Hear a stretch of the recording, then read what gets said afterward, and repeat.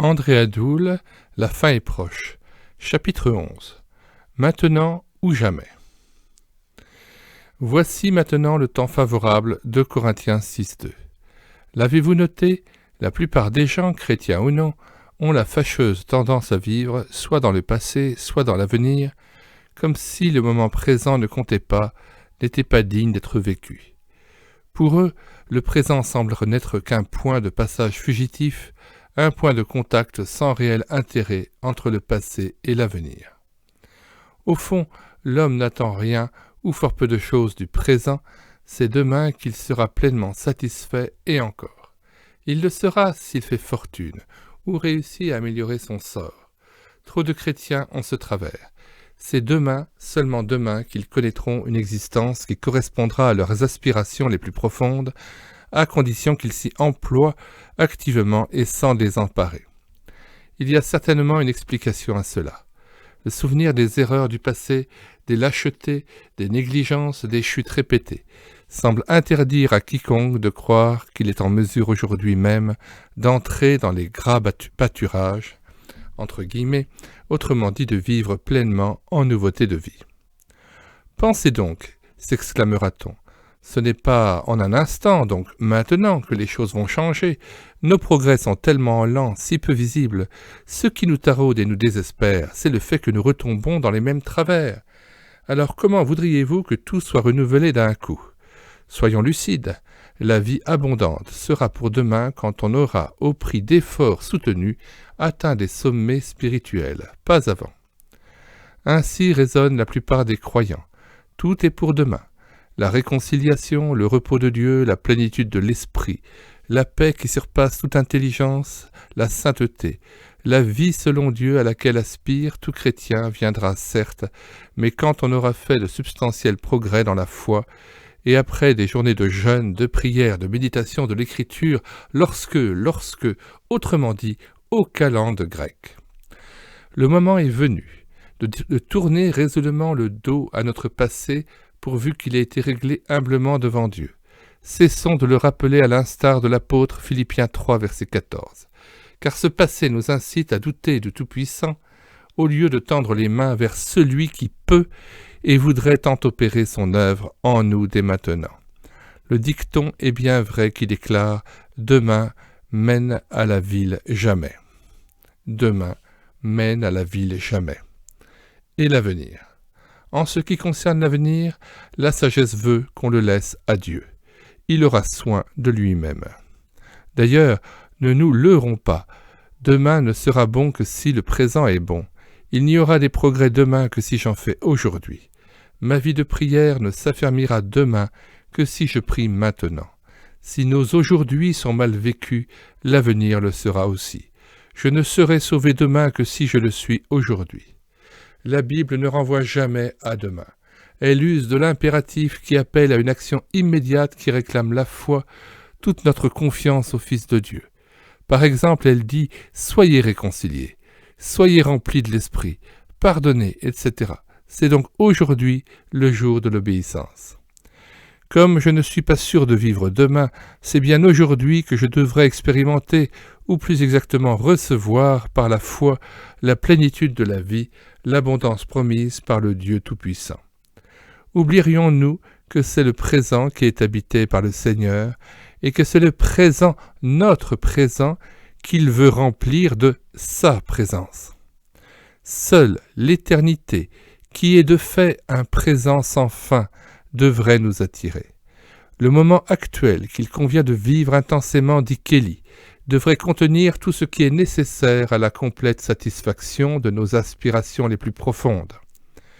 Et c'est vrai parce que nous avons, non pas nous aurons, nous avons tout pleinement en Jésus-Christ, Colossiens 2:10. Donc, il ne tient qu'à nous d'être riches des biens de Dieu, de les posséder aujourd'hui même, d'en vivre par la foi. Savez-vous pourquoi Israël erra 40 ans dans le désert? Simplement parce qu'il refusa d'entrer en Canaan alors qu'il se trouvait à Kadès, à la porte du pays promis. Rien ne l'empêchait de franchir la frontière quand il en reçut l'ordre. Mais parce qu'il lança des espions dans l'avenir, L'imaginant un futur redoutable et sans espoir, saisi de panique, il regimba contre Dieu et contre Moïse, se montrant incrédule à l'égard de celui qui avait promis protection et succès. Et ce fut la révolte aux conséquences désastreuses. Au lieu de considérer le présent qui était sans obstacle, il dramatisa l'avenir. Le rappel de ce fait douloureux est suivi d'un avertissement solennel qui nous concerne tous. Si vous entendez sa voix, n'endurcissez pas votre cœur, mais efforcez-vous aujourd'hui d'entrer dans le repos de Dieu, dans le repos de vos œuvres, afin de goûter à la plénitude de Dieu. Hébreux 4, verset 10. L'une de mes filles avait 3 ou 4 ans et nous étions à table pour le repas de midi. Ma femme avait déposé dans son assiette un morceau de viande que je m'apprêtais à découper en petits carrés lorsque l'enfant s'interposa brusquement. Elle prit fièrement le couteau en me disant « Papa, je sais faire. »« Mais non, ma petite, tu ne peux pas. »« Si, laisse, je sais faire. » Et sur le champ, elle tenta de découper son petit beefsteak en tenant bien maladroitement un couteau trop grand pour sa petite main. Je la laissai faire cependant, persuadée qu'elle n'y parviendrait pas. Elle avait une leçon à apprendre. Au bout d'un moment, n'y arrivant pas, déçue, en larmes, elle me tendit le couteau en grognant. « Papa, je peux pas, fais-le !» Tant que ma fille voulait agir, je ne pouvais l'aider. Elle m'empêchait de faire pour elle ce qui n'était pas à sa portée. De même pour le chrétien. Aussi longtemps qu'il prétend par lui-même satisfaire le Seigneur, il arrête son bras et se montre incapable de réaliser ce qui est juste et bon. Que le Dieu de paix vous rende apte à toute bonne œuvre pour l'accomplissement de sa volonté. Hébreux 13, 20 à 21. Autrement dit, Dieu commence quand nous avons fini. Trop de personnes sont si remuantes et bruyantes dans leur désir de faire quelque chose pour le Maître qu'elles ne l'entendent pas les supplier de le laisser agir. Andrew Murray a écrit « Consentez à ce que vos œuvres propres prennent fin. Livrez votre moi pour qu'il meure avec le Christ. Vous êtes ensevelis avec lui, en lui vous vivez. Selon ces paroles mêmes, haïssez votre vie propre, perdez-la. Abandonnez vos vains efforts et demeurez prosternés devant lui comme n'étant rien. Est-ce à dire que je doive attendre passivement que Dieu fasse tout en moi? Non. L'enfant de Dieu ne se croise jamais les bras. Il a toujours son rôle à jouer, sa tâche à accomplir, s'il veut que Dieu agisse et le rende capable de vivre pour lui plaire. Luc nous rapporte, dans son évangile, un épisode de la vie de Jésus qui nous aidera à comprendre ce qui précède, Luc 5, chapitre 1, versets 1 à 7. Le voici. Comme Jésus se trouvait au bord du lac de Génézareth, enseignant la foule qui se pressait autour de lui pour entendre la parole de Dieu, il vit au bord du lac 2 barques, d'où les pêcheurs étaient descendus pour laver leurs filets.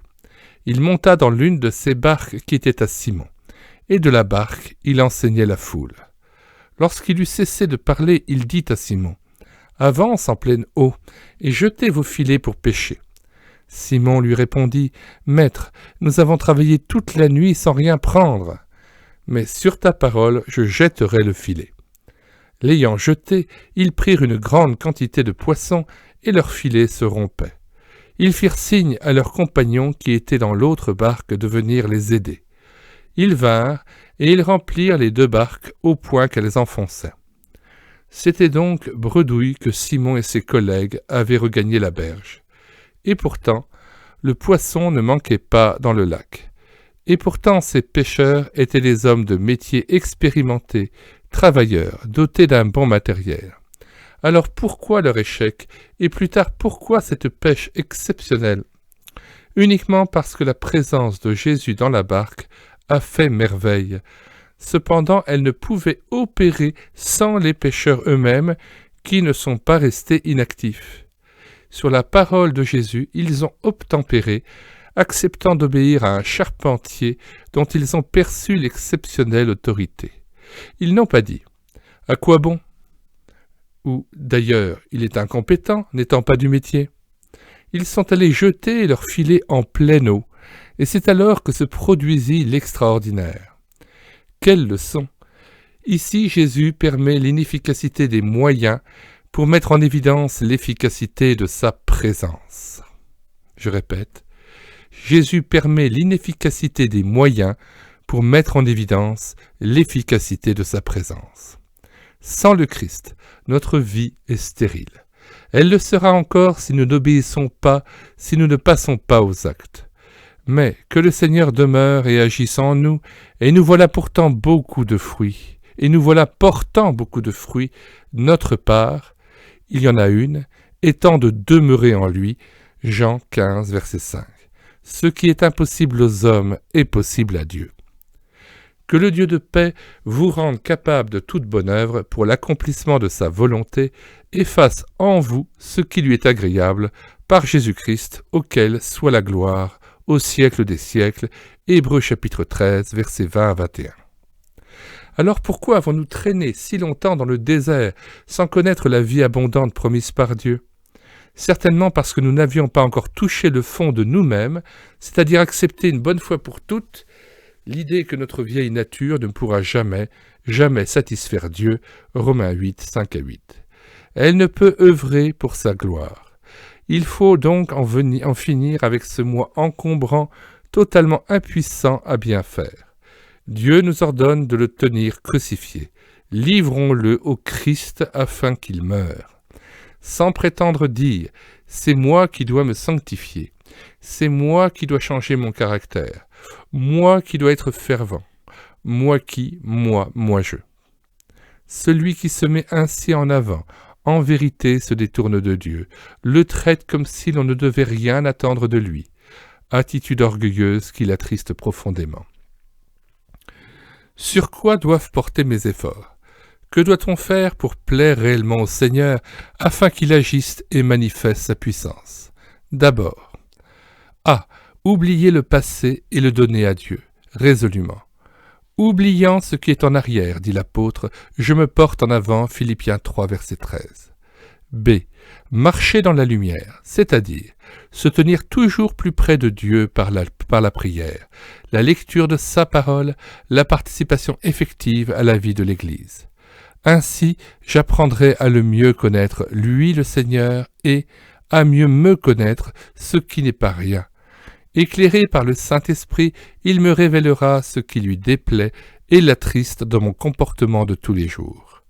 Devant lui, sans réticence, j'avouerai tout péché conscient en l'abandonnant et me montrerai reconnaissant pour son pardon. Poussé par lui, je me donnerai aux autres, veillant à accomplir toutes choses pour sa gloire. C. Accepter alors sur le champ la purification par le sang de la croix. Je demanderai sans cesse à Dieu avec foi qu'il purifie ma conscience des œuvres mortes, c'est-à-dire les œuvres serviles du moi, afin que je sois apte à servir le Dieu vivant. Hébreux 9, 14. D. Dépouillé des œuvres de la chair, selon l'Écriture, je revêtirai le Christ. Comment cela ?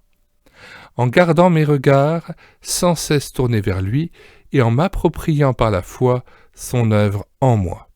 Je veux lui donner carte blanche pour qu'il agisse en moi.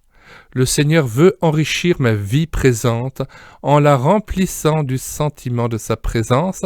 C'est devant lui que je serai satisfait, guidé et vainqueur.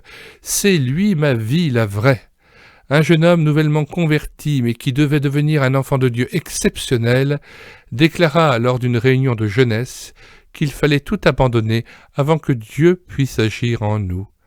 C'est alors qu'un vieux chrétien connu pour sa consécration crut bon d'intervenir. S'adressant au jeune homme, il lui dit « Si j'ai bien compris d'après toi, on ne peut vivre selon Dieu aujourd'hui même, car il faut d'abord se préoccuper d'abandonner quelque chose. » Eh bien, j'ai appris qu'il convient de prendre d'abord avant de lâcher quoi que ce soit. Avant de rejeter des scories d'un lingot d'or, on doit d'abord se saisir de cet or, le prendre dans ses mains. Je suis venu au bout de moi-même jadis, lorsque j'enseignais des enfants. Ils étaient ce jour-là si remuants et si désagréables, si peu disposés à écouter que j'allais m'emporter lorsque je me suis tourné vers Jésus-Christ pour le supplier. Seigneur, sois mon doux et patient caractère. Frappé par ce témoignage, le jeune chrétien devait dire « À partir de ce moment-là, j'ai décidé de vivre comme ce frère aîné, disant constamment à Jésus « Sois cela en moi, sois ce que tu veux que je sois. » Nous ferons bien d'imiter ce croyant. Comme lui, avec une foi toute simple, nous dirons suivant les circonstances « Seigneur, sois ma patience, sois ma bonté, sois ma confiance, sois mon secours. » Et il ne manquera pas de combler ce besoin, ce qui n'ira pas sans lutte et sans persévérance. À l'instar de l'apôtre, ne craignons pas d'affirmer « C'est Christ qui vit en moi, je vis dans la foi du Fils de Dieu, j'ai tout pleinement en lui. » Galates 2:20, Colossiens 2:10. Après tout, Jésus ne demande que ce qu'il promet de faire en nous. Dans la tentation, il est notre secours, dans la faiblesse, notre force. Dans la peine, notre joie, dans la perplexité, notre assurance, dans le succès, notre humilité. Notre part consiste à recevoir, à nous approprier ses grâces, à compter sur lui pour obtenir l'aide nécessaire au bon moment. 1 Thessaloniciens 5, 23-24, Hébreux 4, verset 16 et chapitre 13, versets 20 à 21.